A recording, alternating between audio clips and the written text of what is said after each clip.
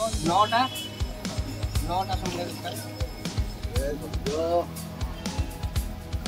समझ आश्विन मास कृष्णपक्ष प्रतिपदा तिथि पितृपक्ष आरंभ होइछि।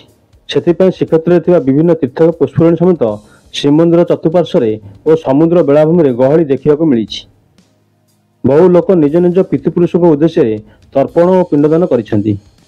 एने सकाळु पुरीर विभिन्न तीर्थ पुष्करणी समेत महदधी भिड़ देखा मिली।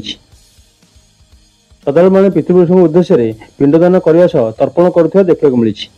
दीर्घ 15 दिन धरी पितृपुरुष मान उद्देश्य तर्पण कर विधि रही बेले आसंता महालया अमावास्या पर्यंत पितृपक्ष चालू रहिबो। पौचा गंठी पत्र गोटे पाटी रखु पौचा गंठी चिपुड़े